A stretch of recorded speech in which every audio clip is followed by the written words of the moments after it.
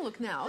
Australia's second oldest city, Parramatta, it's undergoing one of the biggest urban renewal programs in the country, and now really considered Sydney's second CBD. With the growth in population, the billions being spent on infrastructure development, have come huge changes in demographics, the skyline, property prices too. To find out more, turn the spotlight on Parramatta, get some more detail on the outlook too. We're joined by Ged Rockliff, the Head of Residential at Savills Australia. Jed, thank you so much for coming on the show. Morning, pleasure.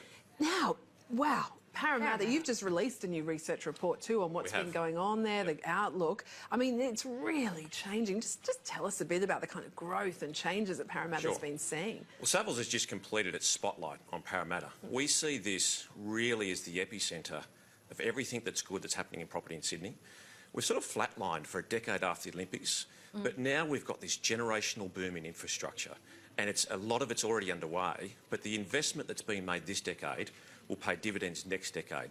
You've got the Sydney West Metro, you've got the WestConnex, and also the new light rail that'll link Parramatta to Westmead, through to Carlingford, and again in through to Strathfield. That's about $30 billion worth of infrastructure that's all going to be centred around and focused on Parramatta. And this, when you've got infrastructure, there really is no holding you back. No, there's not. Look, Savills identifies three key traits that's come out in our research report that really underpins the strength of a property market long term, and particularly when you're going through an evolution such as Parramatta is, and that's infrastructure.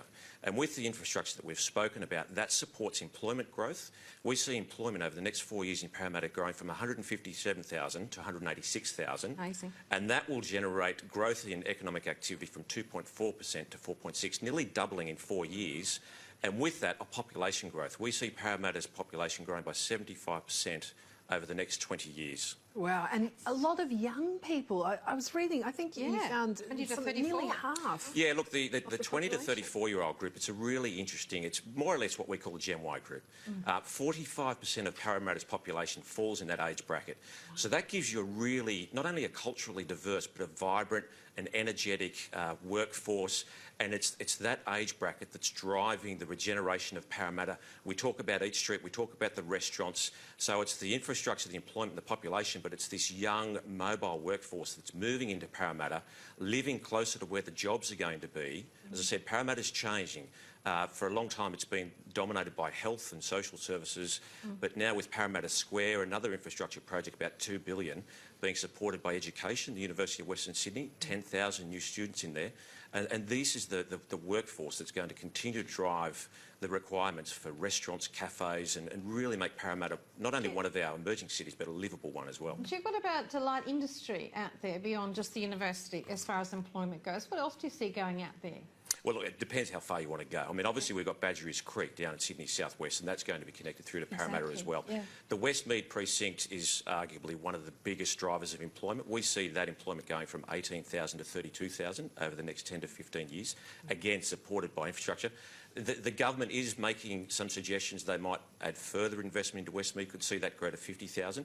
But you've also got what was heavy industrial areas around the roads, Camellia areas that have been transformed either into light industrial, as Sydney's cleaning its act up, particularly around the Parramatta riverfront, and the emergence of more technology-based and financial services companies that are really adding that drive for employment. That group that makes up nearly half the population there, there's millennials, there's Gen Ys, do they want to live in apartments too? Because we're just looking at the Lennox, which is Savills, of course, the selling agent for this new apartment project that's going in, under construction, just beginning, actually, the construction, isn't it? Just tell us a bit about the Lennox and how that's going to meet that sort of demand that's coming through from this sort of changing demographic. Look, it's not just the Gen Y. I think Sydney's finally growing up.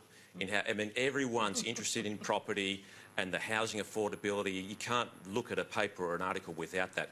The Gen Y, the 20 to 35, is one of the key demographic areas that are coming up.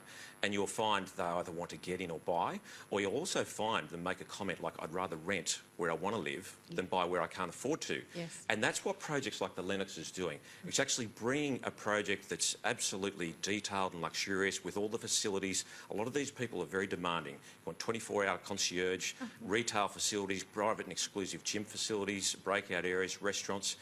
So it's really giving these younger people an opportunity to live, rent, buy, purchase in an apartment such as the Lennox right on the riverfront, which is going to be reactivated, but also adjacent to Eat Street, where they're time poor.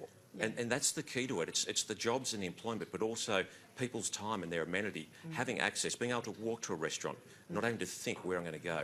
And that's it's really giving people choice and time. And with that in mind, do you think the appeal will be these new properties such as the next? Will the appeal be more investors than owner-occupiers? A good point. I think what we're seeing at the market at the moment, that the purchasing power is moving back towards owner-occupiers. If I looked at Parramatta, I've been involved in projects in Parramatta for quite a while now. 3 or 4 years ago, I would have said the investors would have made 60 or 70% of the profile of buyers on off-plan apartments.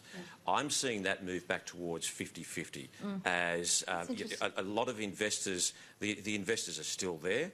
Obviously, they're being a little bit more prudent about their purchases, and that's why a project like the Lennox has gone to such detail in terms of getting the amenity and the lifestyle right. But it's now the emergence of, we're starting to see the green shoots of the first home buyers come back, particularly in areas like Parramatta, which compared to other areas in Sydney are so much more affordable, yet they have the future in terms of the jobs, the employment, the education and the infrastructure. We're just going to look, some other areas are also that you're sort of picking to invest around that sort of greater Parramatta area. Tell us a little bit about why you think Castle Hill, Rouse Hill as well, two places to look at if you're looking to invest. Well, it's that whole story about infrastructure. As I said, we're going through a generational infrastructure boom.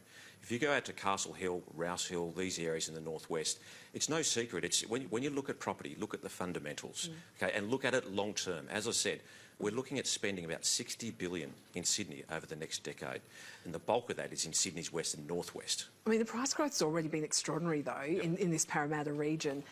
There's still more, do you think, in property prices? My view with properties, you should always take a medium to long-term approach. What happened, my personal view with Sydney, is after the Olympics, Sydney more or less flatlined. And there was a period before the GFC where the median house price in Perth was higher than Sydney. Oh, yes, remember those days. That doesn't make sense.